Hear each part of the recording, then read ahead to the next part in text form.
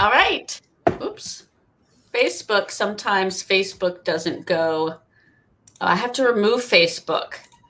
Oh. And I might be live on LinkedIn now. I think I am. So,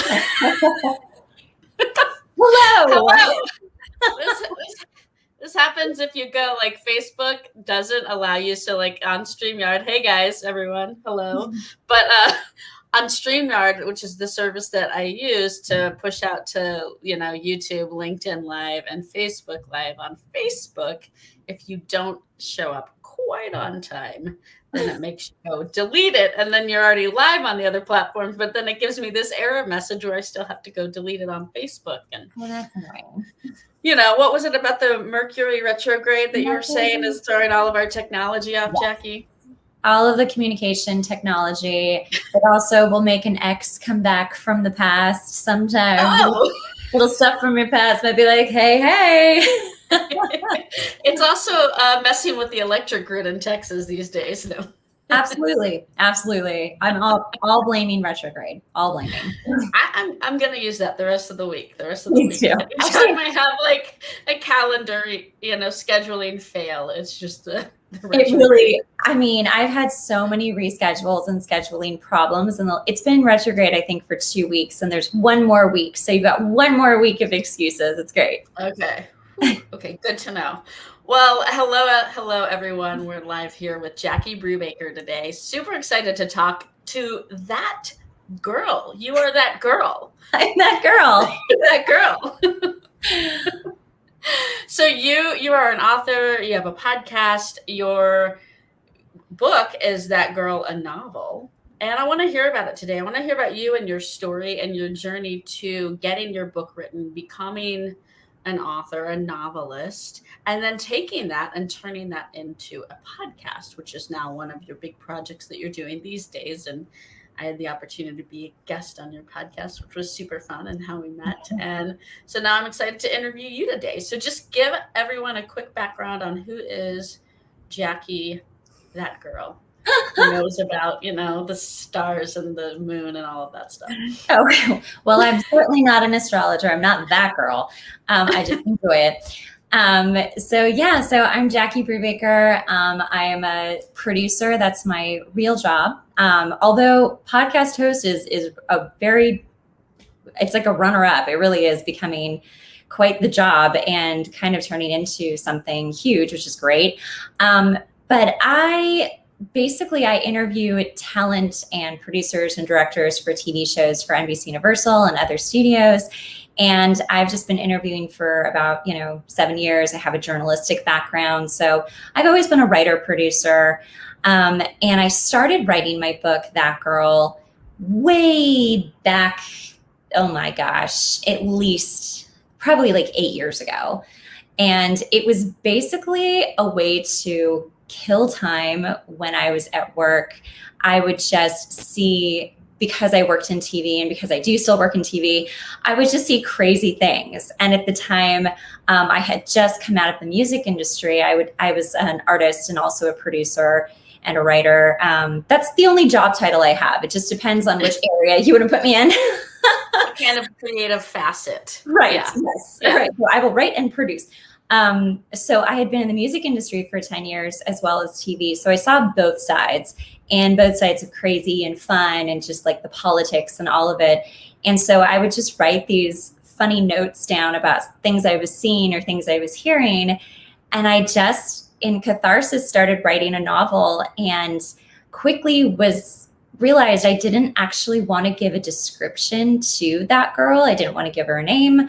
I didn't want to give her a description. I did want to give her that she was born and raised here in LA, because that's a huge part of this story, is about LA, the entertainment industry, the culture, like the real culture here, because, so many people think like, oh, Los Angeles, Hollywood, it's so glamorous. And I'm like, it's not though. It's kind of terrible.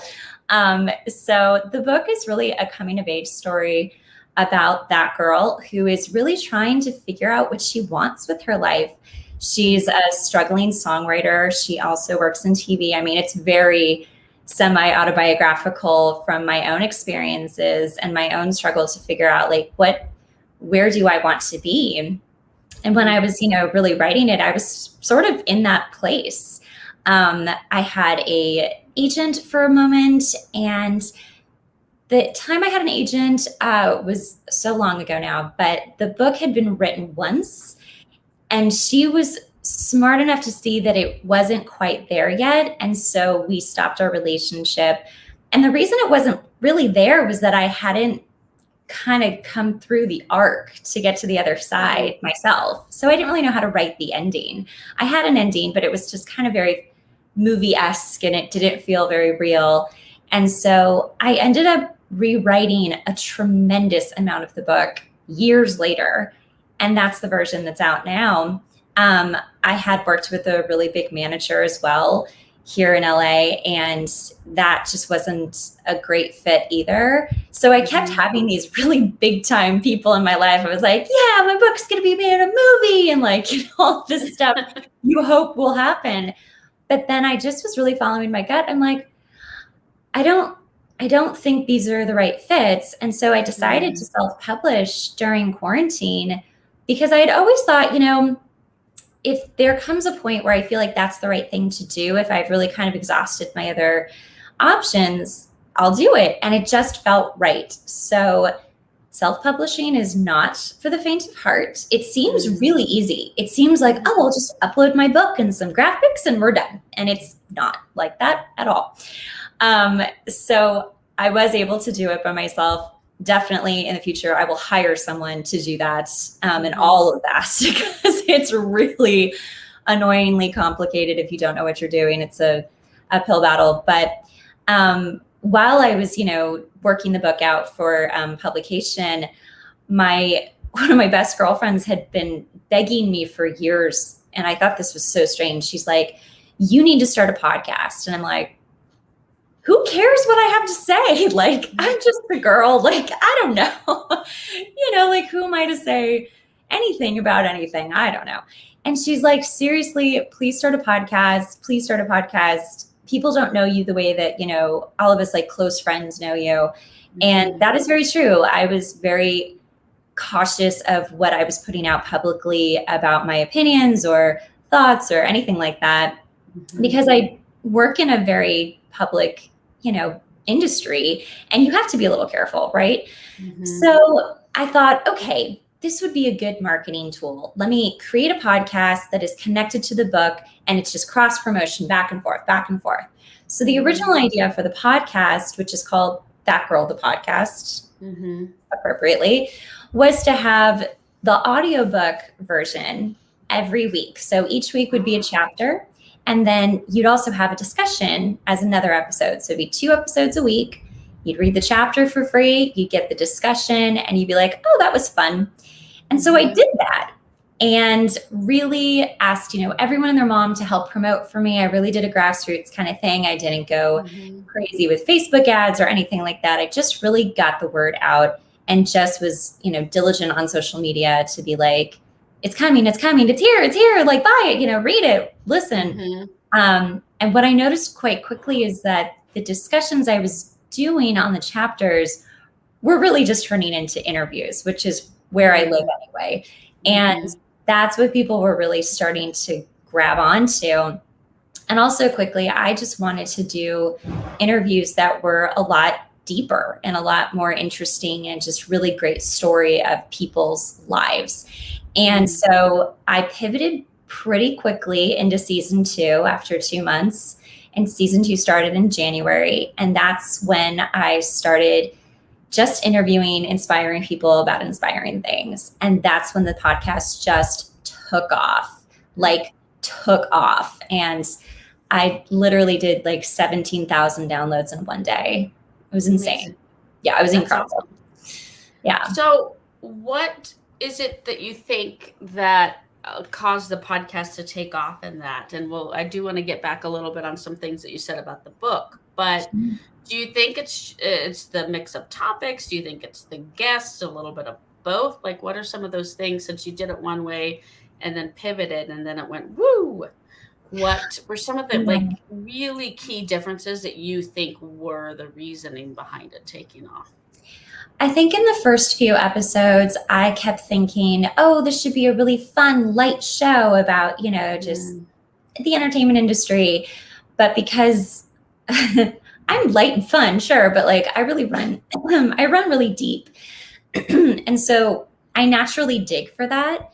And I think that when you are able to interview someone about their life and have them tell their story in a place where they feel safe and listen to, and really, really safe to tell their story, other people see that and they feel that they can relate, and that's what they grab onto.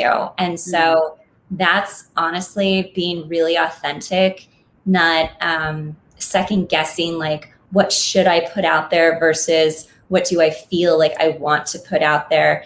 I think that's the biggest in anything you do. It doesn't matter if it's a podcast or, whatever you're doing, it really has to be authentic to you. Otherwise it will come off as fake. It won't resonate. People can see right through that. They can hear right through it.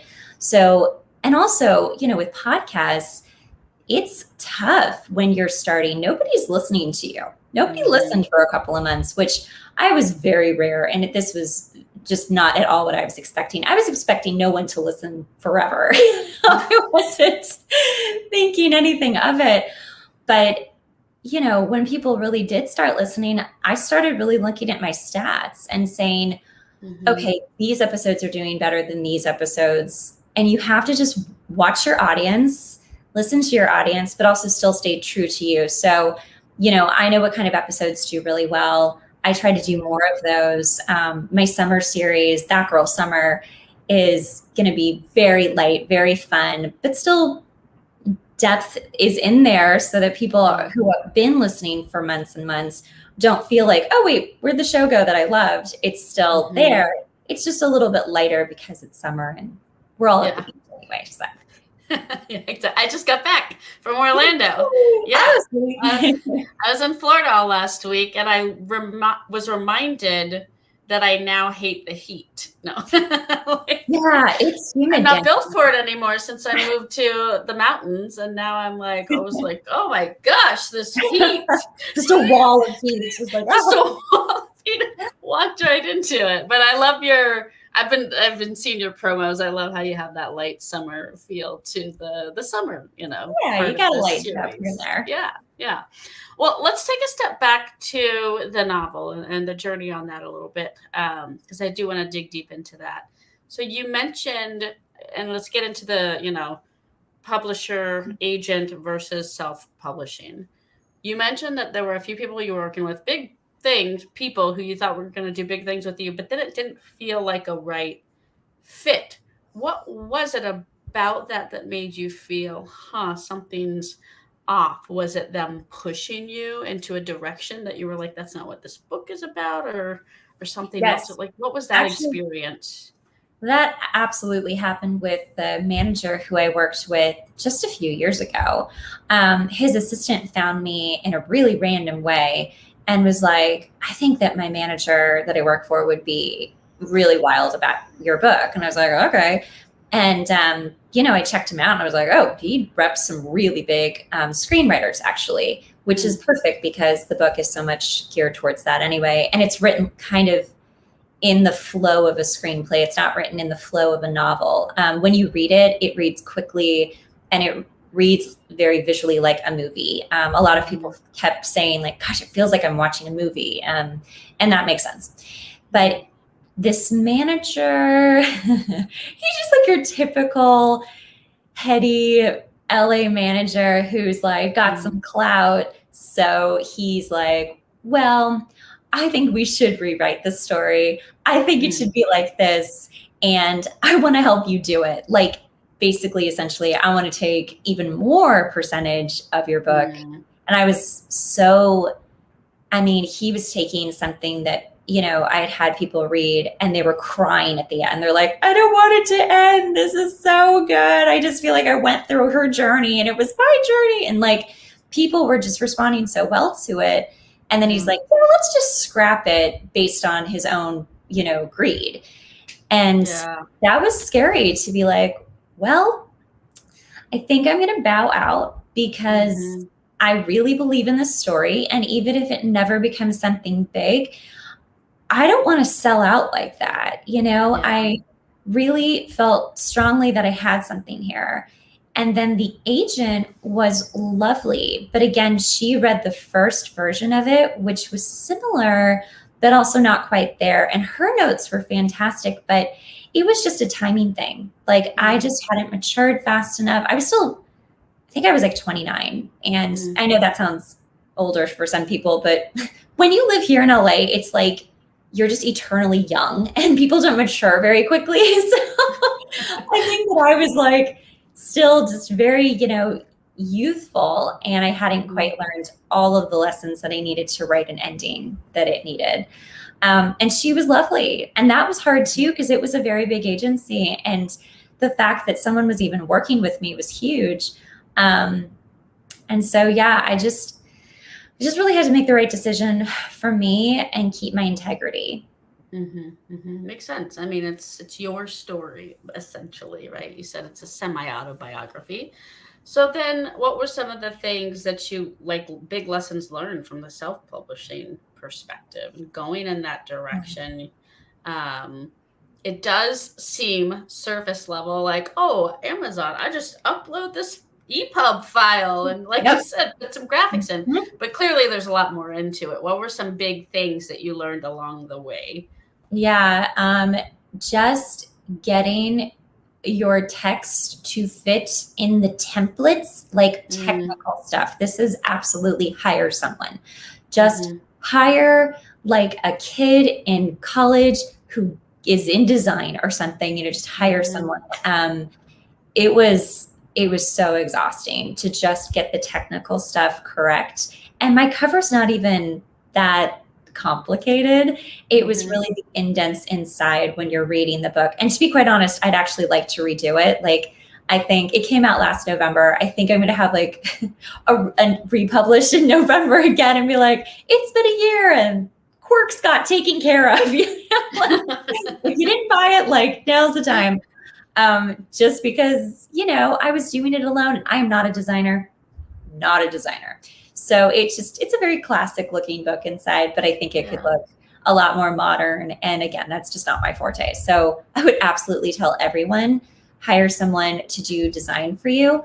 But I will say this, I've talked to other people who are interested in self-publishing, and they are saying, oh, there's this person, and for $10,000, they can publish my book on Amazon. And I'm like, okay, that's a little excessive. I think that's a little excessive. I would definitely hire a designer for that, but I would not.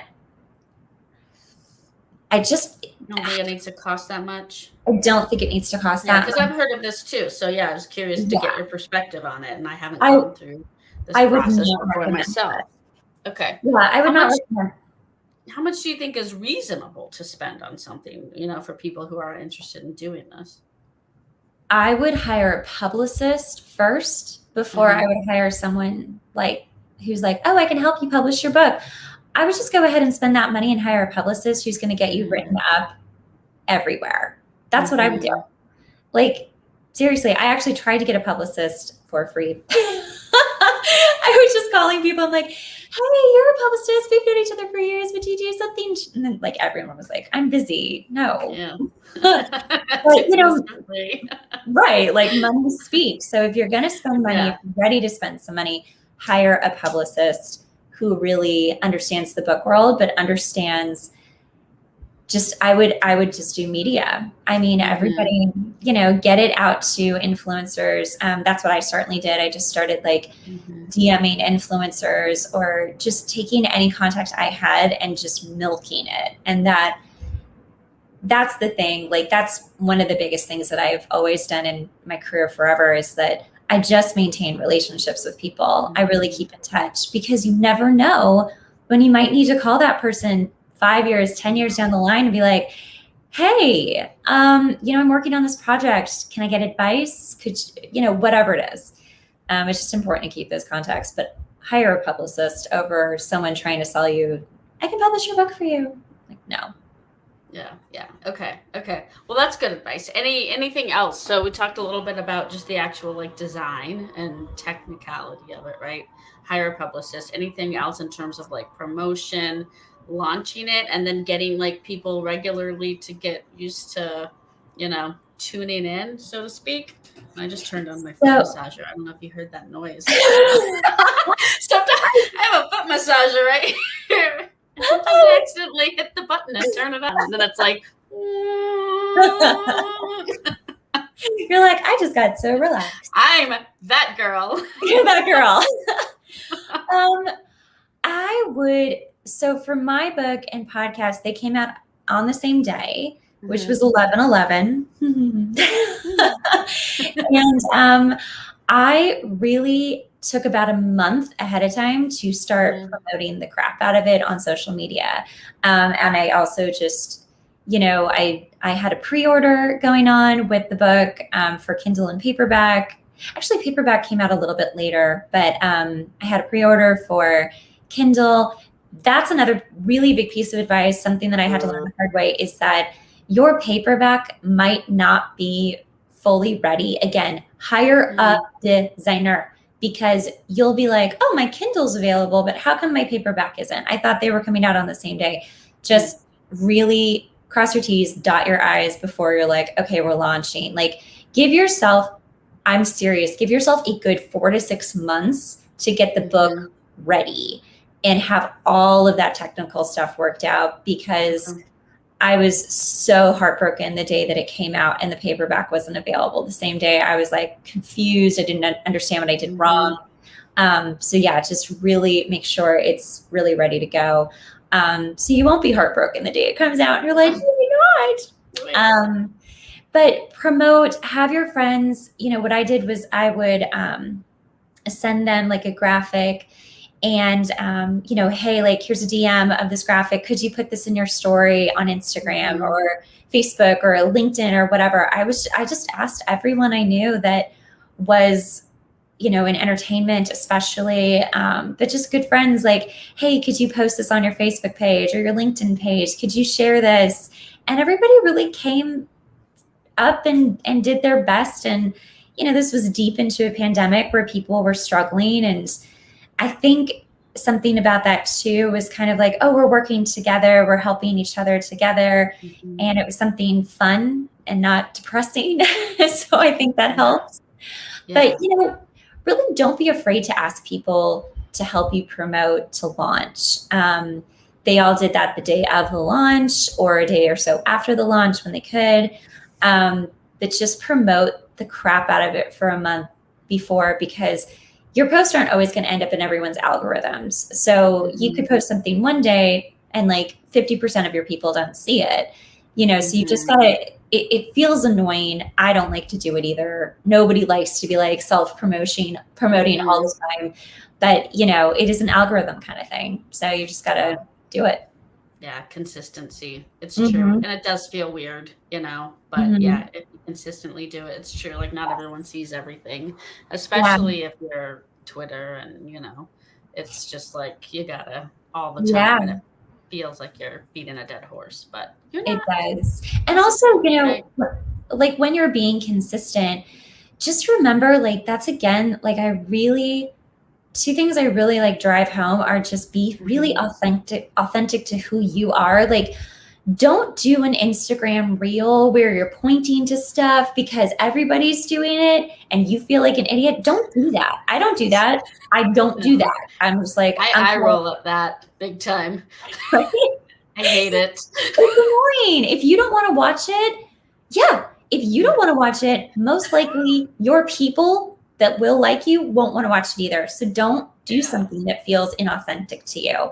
I just put clips on my Instagram reels of lives or something, but it's just, you're getting the same thing from me all of the time. I'm not trying to pretend I'm 20 years old by doing a TikTok dance. Like, I'm on TikTok, but again, they're all clips of stuff that I've spoken about. And I just try to be really consistent to who I really am. And if something feels trendy and I don't feel like I want to do it, I just don't do it. So just remember, your audience is liking you for a reason, And if you don't feel good about something, just don't do it. Trust yourself, trust your audience, stay consistent in your own way.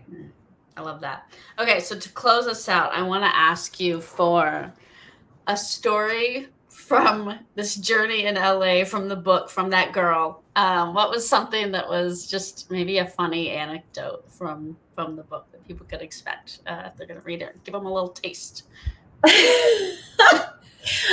Okay, well, there's so many very laugh out loud funny moments that you will just be like, I can't believe that just happened. That's how I felt when I was living them. I was just like, is this my life? Is this really happening? One of which was, so I can't say his real name. He's a very famous romance novel cover man. Okay. His name in the book is Mabio, and his real name sounds just like that, but with a different letter.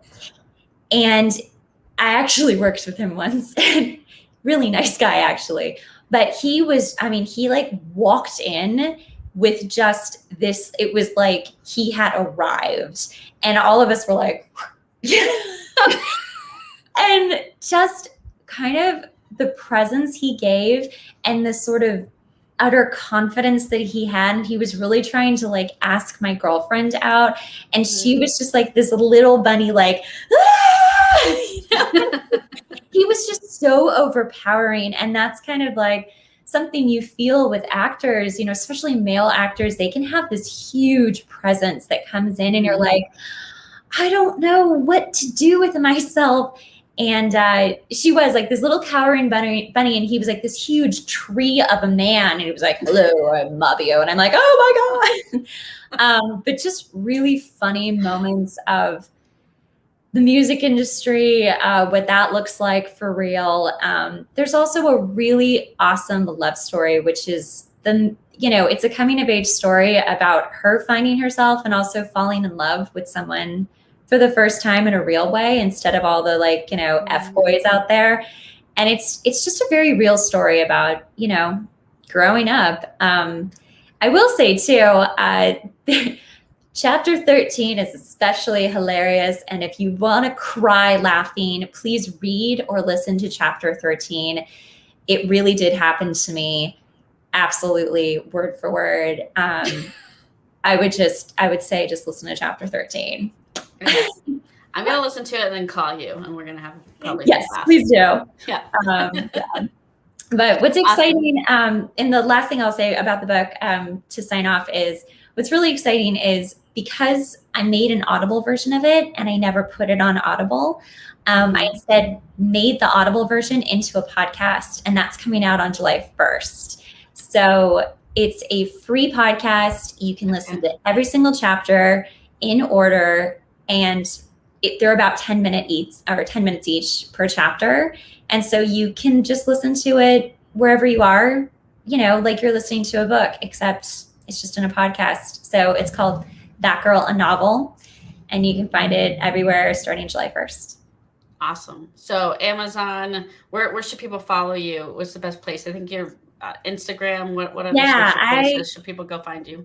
I definitely live on Instagram at Jackie Brubaker and at That Girl, the podcast. I'm always updating.